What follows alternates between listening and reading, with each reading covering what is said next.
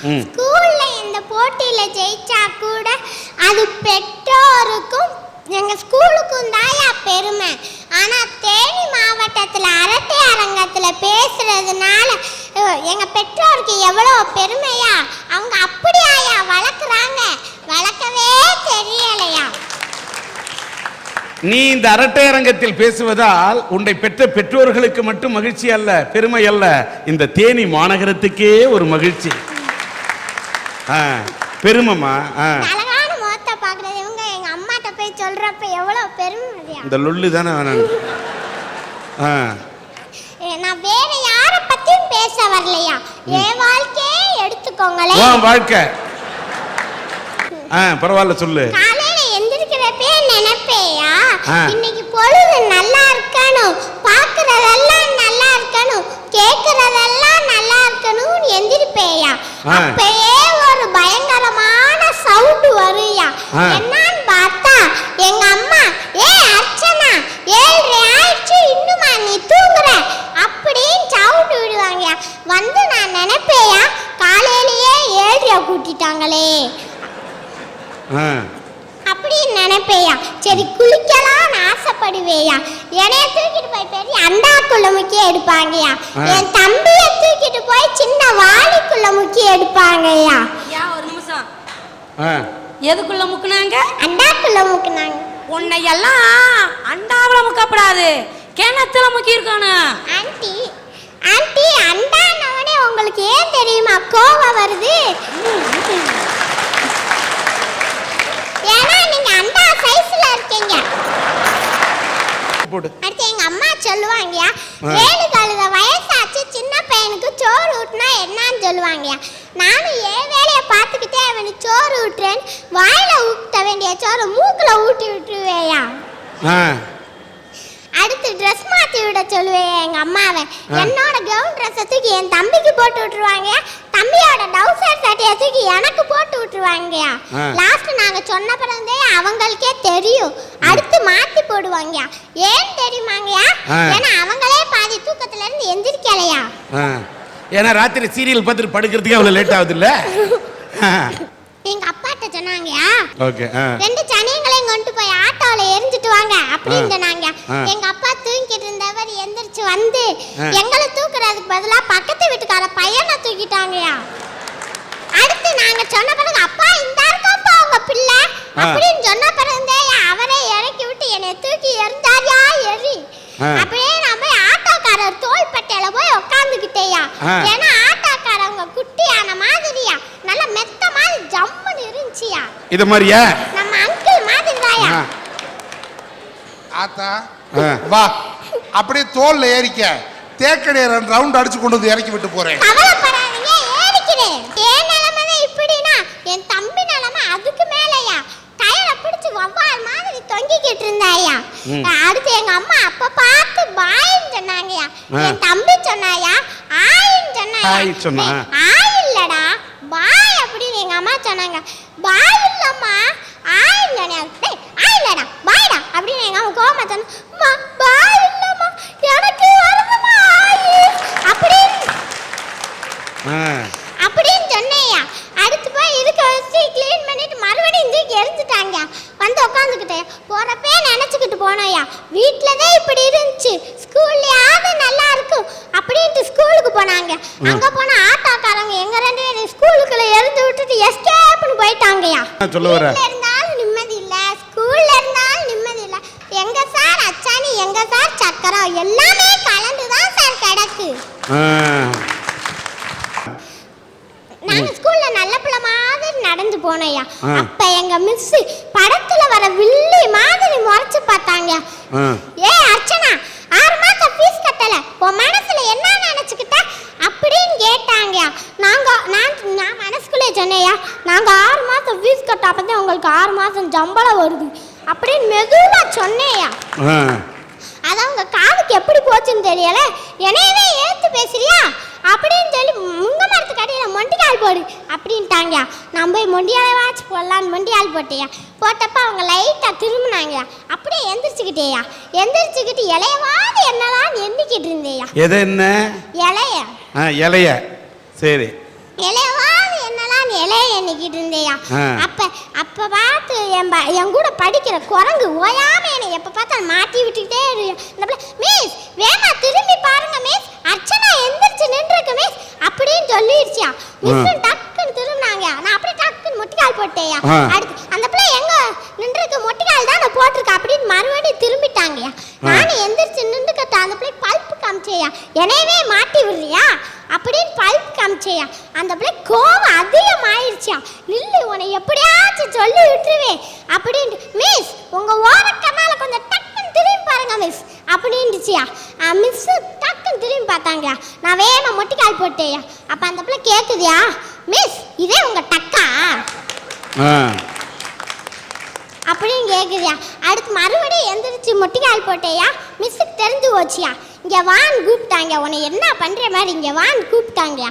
நான் ஐயோ சேலை நல்லா இருக்குன்றது 15 நாளைக்கு முந்தையே பிட்ட போட்டாச்சு. நீங்கள் ரொம்ப அழகாக இருக்கீங்கன்னு 10 நாளைக்கு முந்தையே பிட்ட போட்டாச்சு. இன்னைக்கு புதுசாக ஏதாவது யோசிக்கணுமே அப்படின்ட்டுக்கிட்டே யோசிச்சு போனேயா. ஒரு ஐடியா வந்துச்சியா.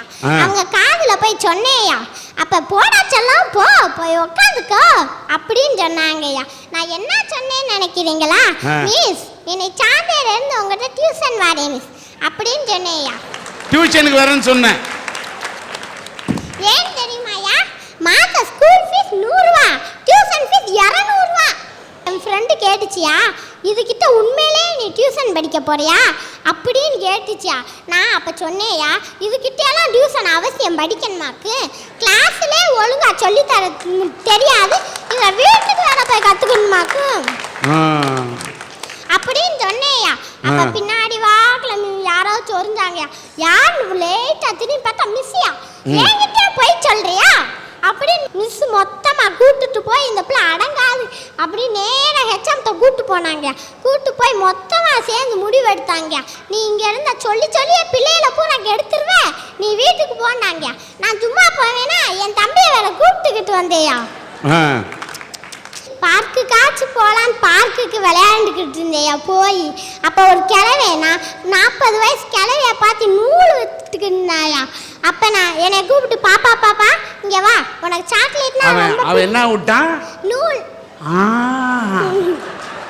அவன் நூல் விடுறத நீ பார்க்குற.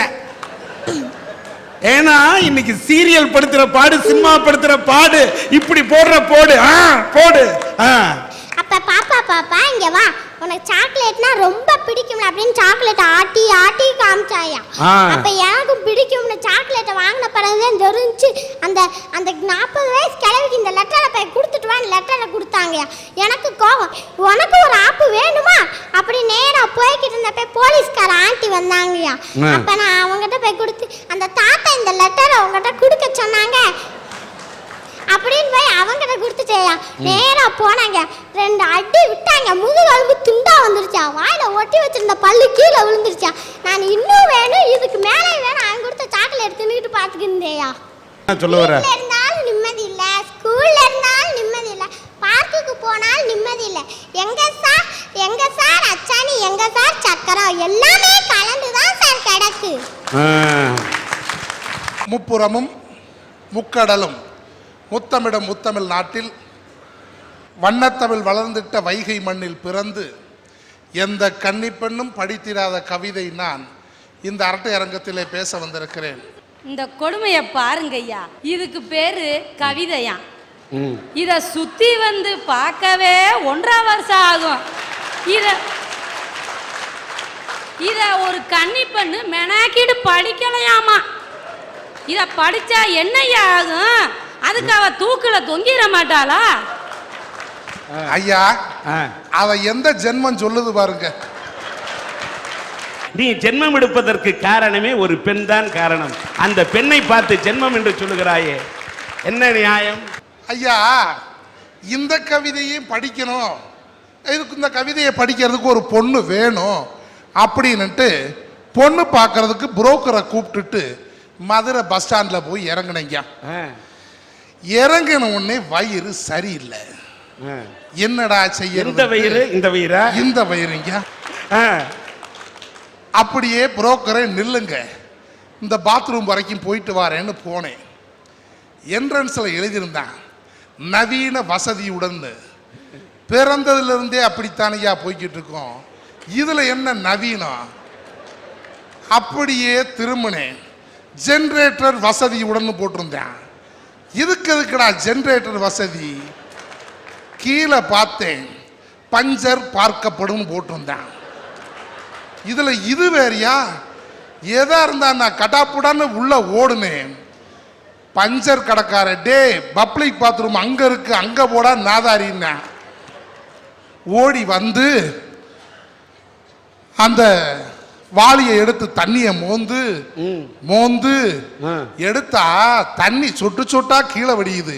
எடுத்து ஏண்டா தண்ணி போகுதுன்னு நீ போய் 1 மணி நேரம் உட்கார்ந்துக்கிட்டீங்கன்னா அடுத்தவனும் போக வேணாமாடா, சீக்கிரம் போயிட்டு வான்னா. எடுத்துட்டு நான் போனேன் உள்ள. முதலும் கதவை தட்டினேன். அவன் வாராய் நீ வாராய், போகும் இடம் வெகு தூரம் இல்லை நீ வாராய்னா. என்னடா இவன், நான் வந்த அவசரத்தில் இந்த பாட்டு படிக்கிறானே. பக்கத்து கதவை போய் தட்டினா, ஆகாமருதம் விசுபதாலே மனதிலே கொள்ளுதேனா. டே வந்துடுறா வெளியே. நானே 3 நாள் அப்பதான் போய்கிட்டு இருக்கு, போடா அடுத்து அப்படின்னு. அடுத்த பாத்ரூம் கதவை போய் தட்டினா, அந்த பாத்ரூம்ல அவன் வந்துரு வந்துரு தானா வந்துரு வந்துரு வந்துரு தானா வந்துரு வந்துரு.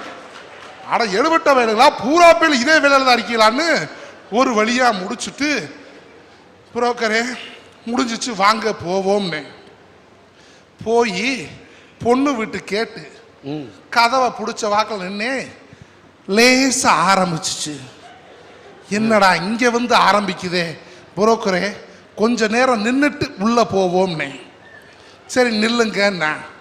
அங்கிட்டு இருந்து வந்த ஐயா, பழைய ஓட்ட உடசலுக்கு தூரடைக்கிறதே.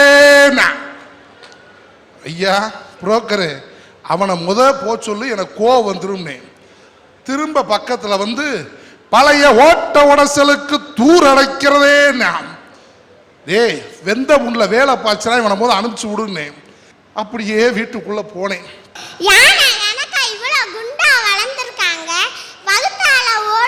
ஒரு மாத்திரை வாங்கி சாப்பிடணும்னு அறிவு இல்லையா? அதை விட்டுட்டு வரவே போறவனெல்லாம் வெட்டிக்கிட்டு பழைய இரும்பு பாத்திரத்துக்கு தூர் அடைக்கிறது அவனெல்லாம் வெட்டிக்கிட்டு இருக்காங்கயா. சாம உட்காரு, மாத்திரை பதில் உன்னே முழுங்கிடுவேன். அப்படியே உள்ள போனோம்.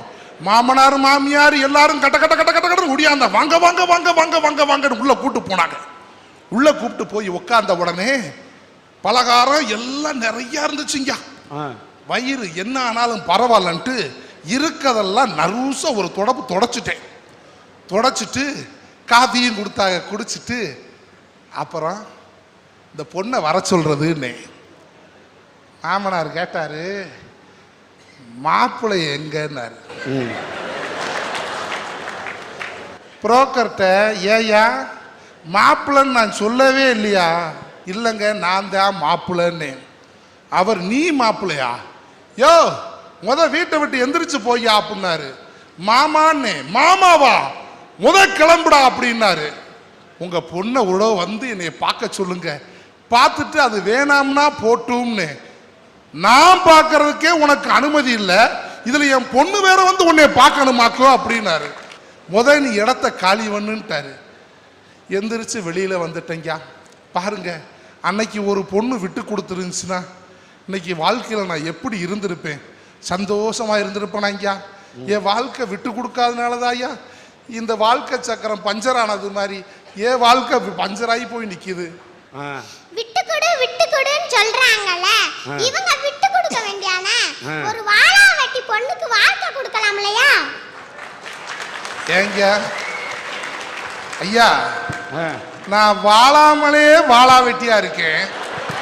இதுல இன்னொரு ஏங்காது அவரு தான் வாழை லட்டு ஜிலேபி ஜாங்கிரி எல்லாத்தையும் வெட்டி வெட்டி வாழறாரு. இவரே வெட்டி, இவர் எங்க கல்யாணம் பண்ணிப்பாரு? வாழா வெட்டி.